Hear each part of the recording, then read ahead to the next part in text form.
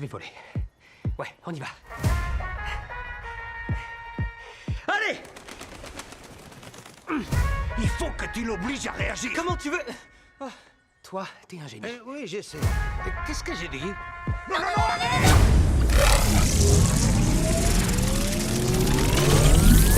Salut, on se retrouve aujourd'hui pour parler de Blue Beetle, ce nouveau film DC qui est sorti du coup ce 17 août 2023. J'ai qu'une chose à dire, et réellement, et sincèrement, foncez voir Blue Beetle. Pourquoi? Ce film est sincère, ce film n'est pas là pour faire simplement du business et vendre du jouet, vendre du poster, du goodies et tout ce qui va ressembler. Il est fait par quelqu'un qui aime le personnage, qui aime l'univers DC, qui a envie justement de montrer ce qu'il est capable dans cet univers. Pourtant moi c'est un film que j'attendais pas spécialement. Blue Beetle je connaissais pas plus que ça le personnage, je me suis dit bon on va aller voir. En plus ce personnage fera partie du nouveau DCU, donc bah il faut quand même s'intéresser et se dire ok à quoi on doit s'attendre. Un bon divertissement qui peut plaire à toute la famille.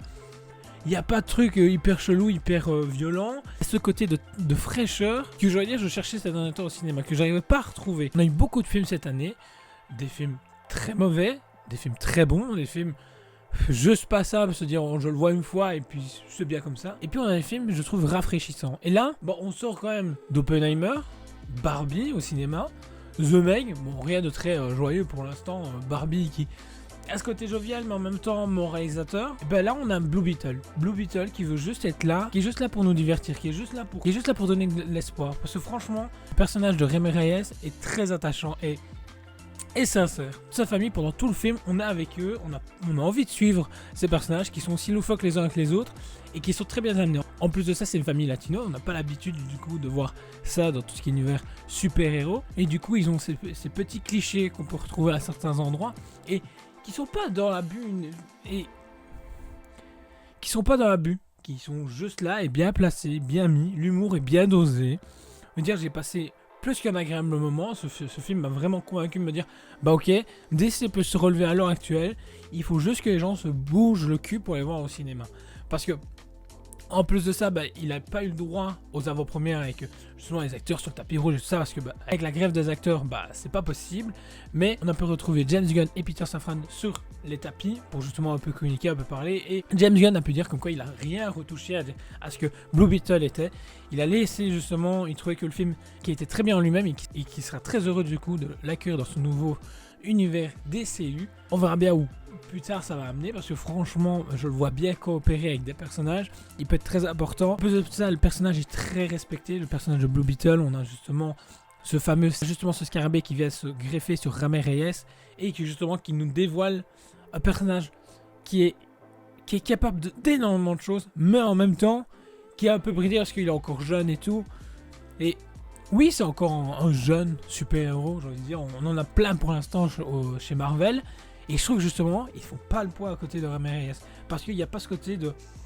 Je trouve qu'ils n'ont pas ce côté vécu. Là, on sent justement, il veut aider sa famille. Il y a ce côté très uni qu'on n'a pas justement dans le reste. Ça fait justement du bien de voir qu'un film nous fasse rêver, nous fasse pas juste culpabiliser, nous fasse juste pas démoraliser, nous dire ouais, de toute façon c'est la merde, basta. Non, Reyes est très attachante, j'ai envie de dire, on a envie de limite habiter avec eux parce que ils sont touchants, ils ont leur personnalité, avec cet oncle qui est complètement loufoque, qui est dans la théorie du complot le plus absurde possible, cette grand-mère qui est complètement waouh, quoi, je veux dire. Et c'est tout ce scénario assez simple, j'ai envie de dire, pour introduire le personnage, parce que ce film se suffit amplement, je veux dire, c'est pas besoin de dire ouais il fait partie des CU ou machin ou pas, non, il est simple, il est efficace, et tout ce qui fonctionne, la musique qui est bonne, les scènes d'action, il n'y a rien à dire, et puis et la CGI, bah ils en ont pas abusé, je veux dire, déjà le costume, bah c'est un vrai costume que justement l'acteur porte sur lui tout le long du film. C'est-à-dire certains trucs qui sont forcément du CGI, mais le réalisateur déjà il a dit qu'il ne voulait pas abuser sur le CGI parce qu'il sait que comme quoi les équipes de VFX avaient autre chose à faire et étaient déjà surchargées de travail avec le The Flash juste avant Shazam. Donc il n'a pas voulu il s'est dit ok, on va utiliser nos moyens, on va utiliser le minimum, surtout quand on sait que le film a coûté 125 millions de dollars. C'est pas grand chose pour ce qu'il nous propose à l'écran. Alors sachant que justement Flash qui a presque qui a le double qui est utilisé, bah c'est catastrophique et ça fait vraiment peur du coup de savoir où est passé l'argent de DC.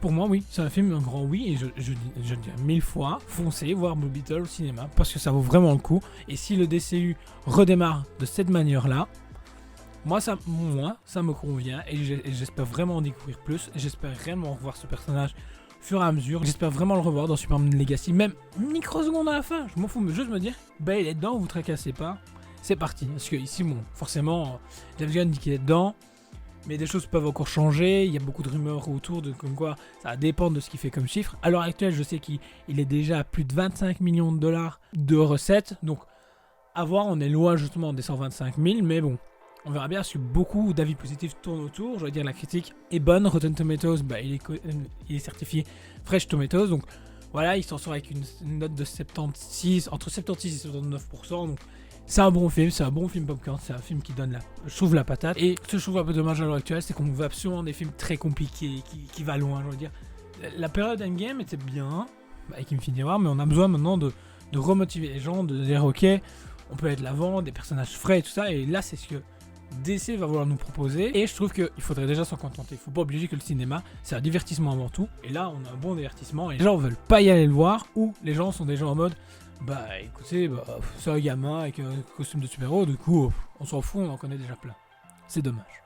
Mais voilà, ça reste mon avis. On est déjà à la fin de la vidéo, n'hésitez pas à dire ce que vous avez pensé du film en commentaire, si vous comptez le voir, pas le voir, ce que vous pensez de ce personnage. Voilà, votre avis m'intéresse. N'hésitez pas à liker, partager la vidéo si vous avez aimé, activer la petite cloche pour tenir au courant de toutes les dernières sorties. Et on se retrouvera très bientôt pour une prochaine vidéo. Ciao!